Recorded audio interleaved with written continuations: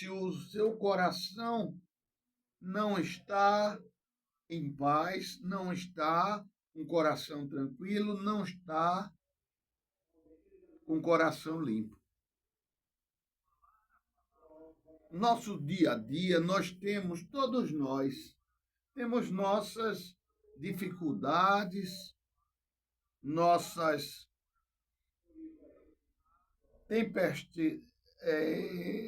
tempestividade da nossa conduta, que nós somos humanos e ainda precisamos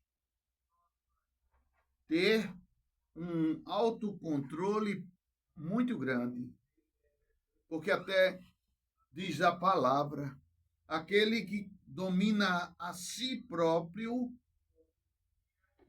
domina uma cidade inteira. E quem de nós aqui está pronto, chegou a esse patamar de dizer: eu estou pronto, eu estou com autodomínio, eu não estouro, como diz, eu tenho autocontrole. Bem verdade que cada pessoa tem o seu próprio temperamento. Tem pessoas que são mais fáceis, como diz, de se lidar. São pessoas que não manifestam tanto esses repentes emocionais. Eu conheço uma pessoa que ela pode estar se roendo por dentro, se matando, mas ela fica sorrindo para as outras pessoas, como se tivesse assim imune às tempestades emocionais. E eu acho que as pessoas que conseguem, de certa forma, não manifestar o seu sentimento, a sua emoção, ter um domínio a um ponto que não manifesta nenhuma oscilação, talvez no seu interior a pessoa fica, vamos dizer, se rasgando, não é? Tem gente que até desenvolve câncer porque não exterioriza as emoções que guarda para si, guarda consigo própria e não desabafa. Até aquilo ali vai corroendo a pessoa por dentro. Então, como é que nós devemos agir? Com esse autocontrole, mas não se envolver em sentimentos que possam nos agredir interiormente sem com que a gente extravase as nossas emoções. Não é fácil. Eu estou dizendo isso porque ontem eu falei no programa anterior que no culto do domingo, na igreja que eu congrego, o pastor dizia que ele perdeu o controle quando ele estava lidando com um pedreiro que estava fazendo um reparo na igreja. E ele foi meio ríspido com essa pessoa. E ele dizia, de certa forma, com ar de confissão, para mostrar que ele errou, né? Que ele não teve o autocontrole, o autodomínio para tratar daquele momento que deixava ele, de certa forma, constrangido ou chateado. E ele externou, bravejou, como não deveria ter agido, segundo ele. E ele dizia: eu deixei o velho homem que estava adormecido em mim acordar e manifestar e exteriorizar o meu sentimento, minha ira contra aquele cidadão. Eu comentava não para criticar o pastor, mas até para servir de exemplo para todos nós, que era necessário o autocontrole. E ontem aconteceu comigo. Uma pessoa não teve o devido cuidado com atribuições e me pareceu até que não tinha a responsabilidade que deveria ter tido. E eu bravejei também. Eu sei que, ao retornar para casa, fiquei angustiado, pensativo em tudo que tinha acontecido e fui dormir com aquele meu coração angustiado, chateado pela situação e até comigo mesmo, porque eu não tive também, da mesma forma que o pastor, em questão que eu estava falando, eu não tive o meu autocontrole. Eu perdi como diz, as estribeiras. E eu agi com, com ira. Mas isso faz tanto mal, não é? Faz tanto mal às nossas interrelações pessoais, familiares, sociais.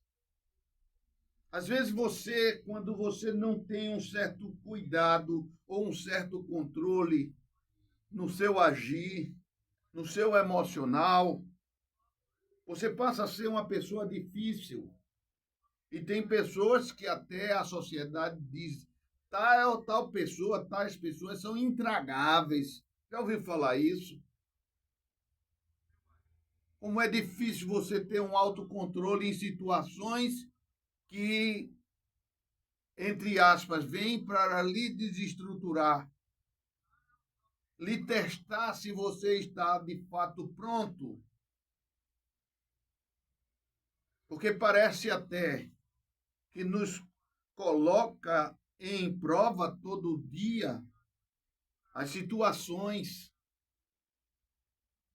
para ver o quanto você está amadurecido emocionalmente e também, sobretudo, espiritualmente. Como é que você pode agir como Cristo? Porque Cristo quer exatamente que nós hajamos como ele agia. Ele tinha um autocontrole e as pessoas desdenhavam dele. Dizem que você é o filho de Deus, você é o filho de Deus. E ele respondia, tu que dizes? E as pessoas, de modo geral, quando contestavam, quando colocavam Jesus em prova, eles teve sempre autocontrole. Ele simplesmente refutava o que era necessário, mas com brandura, com exemplo de palavra equilibrada, certa e edificante para as pessoas. Só uma ocasião que eu pessoalmente me lembro na lida, cada vez que eu li a Bíblia, e eu vi que ele se irou. Foi ali quando os mercadores estavam no templo vendendo, salteando, ou seja, roubando ali as pessoas, e ele disse que derrubou aquelas bancas que eles utilizavam como para a venda, e ele disse: aqui não é casa de salteadores, mercadores. Aqui é casa de oração. Foi a única vez que eu vi referência ao nosso Deus, nosso Jesus, de se irritar. Mas isso eu estou dizendo não para justificar qualquer ato nosso de descontrole. E no nosso caso, nos nossos casos, muitas vezes nós nos irritamos sem razões ou por pouca coisa. Tem gente até que a gente pode dizer, como vulgarmente se diz, faz uma tempestade com um copo d'água. Qualquer coisa se ira. Já diz a palavra de Deus, a palavra branda, a palavra mansa abranda o furor. Quer dizer, se a pessoa vem para com você, soltando, como diz, os cachorros em cima de você, ou seja, a pessoa vem com, de certa forma, agressividade verbal, e você, em contrapartida, você vem com palavra de brandura. Aí aquilo que estava para ser refutado de uma forma, vamos dizer, proporcional à agressão que você sofreu, é como aquele fogo da raiva tivesse vindo contra você e você tem um sopro da brandura, que é até aquele fogo da raiva, ele se dissipa, ele apaga. E de repente situações que eram difíceis de se resolver, que poderia até ter consequências, desfechos graves, se torna uma solução amigável. Dizer de boca para fora esta palavra é muito fácil. Mas o que a gente está aqui querendo propor é justamente que nós exercitemos todos os dias, todos os momentos, o nosso autocontrole. Você vai ser testado, sabe, meu amigo, minha amiga. Talvez algum momento, hoje, amanhã, qualquer momento do seu dia, você poderá deparar com situações conflituosas, com situações que deixam você amargurado, você tenso. E você vai estar pronto para revidar. Mas nesse momento, você tem que lembrar desta palavra de Deus. Para revidar, não com a proporção de ira, mas sim com a paz. A paz que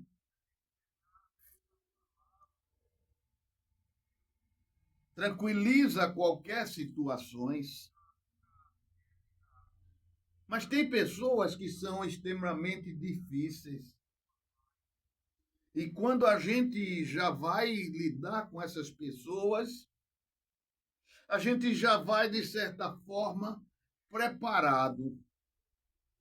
Né? Eu estou preparado para enfrentar essa pessoa. Mas quando a gente está preparado, a gente está pronto com as nossas armas de revidar com todo o agravo que seja necessário para a gente não perder nesse confronto. Mas o que o nosso Deus propõe na sua palavra é que nós devemos estar revestidos com as armaduras de Cristo. sabendo que nós não estamos enfrentando aquelas pessoas difíceis exatamente na ótica que a gente vê que é aquela pessoa que é difícil. Mas a gente tem que entender na ótica do Espírito Santo, saber que aquela pessoa também é uma amada de Cristo e que aquela pessoa tão difícil também é escola para a sua vida, para você exercitar o autocontrole, para você exercitar o amor, para você exercitar o amor. Que graça tem você retribuir amor de quem te ama, de quem você ama, mas dá amor àquela pessoa que te persegue, àquela pessoa que é ruim, aquela pessoa que te agrava de uma forma emocional, que causa tensão, e você ter um equilíbrio a esse ponto de dizer, não vou revidar. Então, quando nós tivermos que enfrentarmos e conviver algum momento com pessoas assim tão difíceis, você tem que parar ali de, meu Deus, me dê equilíbrio, vai comigo, Senhor, me dando os frutos do Espírito, que é auto-equilíbrio, de brandura, amor, paciência, longanimidade, não é? E você, por você só, não é tão fácil de você pôr em prática, né? Somente quando estamos tão desenvolvidos, tão evoluídos espiritualmente em Cristo, para você ter esse equilíbrio. Eita, que palavra forte, meu irmão. Que palavra contundente que no dia a dia é necessário para nós todos. Que palavra que possa ser colocada em prática qualquer desafio que você seja posto no seu dia. E você ter o alto equilíbrio, eu vou dizer, não é fácil. Todo mundo é bonzinho ali na igreja, quando está um desodorante no sovaco, um desodorante chamado Bíblia. Aleluia, glórias a Deus, a paz, meu irmão. Todo mundo. Mas quando sai ali, são os capetinhas muitas vezes. Porque, como eu disse em algumas ocasiões, a igreja ali é um hospital propriamente dito, não um hospital secular das doenças físicas e emocionais, mas, sobretudo, é um hospital espiritual. E tem os compartimentos, as sessões, certamente. Eu vim para aquele que precisa, os doentes, porque se tivesse são, não precisava de médico, disse a palavra. Mas tem pessoas tão adoecidas espiritualmente que a gente lida no dia a dia. Lida no dia a dia. Tem pessoas que estão tão adoecidas que verdadeiramente estão numa UTI espiritual. Tem pessoas que são menos adoecidas, que estão até nas unidades básicas espirituais. E tem pessoas que estão adoecidas espiritualmente de uma forma não tão grave como possa estar interno e depois fica boa. E talvez ao longo de nosso dia a dia nós temos essas oscilações. Ora estamos na UTI, necessitando de UTI espiritual, ora estamos mais abrandados, precisando de unidade básica espiritual, ora estamos agravados, que precisamos internar. Mas em todas essas situações, o médico dos médicos é o nosso Deus. Eita, nós precisamos verdadeiramente em todo momento estarmos fortalecidos, estarmos vigilantes para receber, para praticar, receber esta palavra e pôr em prática esta palavra. Nós temos que estar todo dia propenso a mortificar nossas emoções, nossas decisões, nossos repentes, nossas intempestividades e, sobretudo, estarmos no equilíbrio para ter a paz, para se restabelecer a paz, para darmos o bom exemplo para as pessoas. Meus amigos, meus amados, muito obrigado.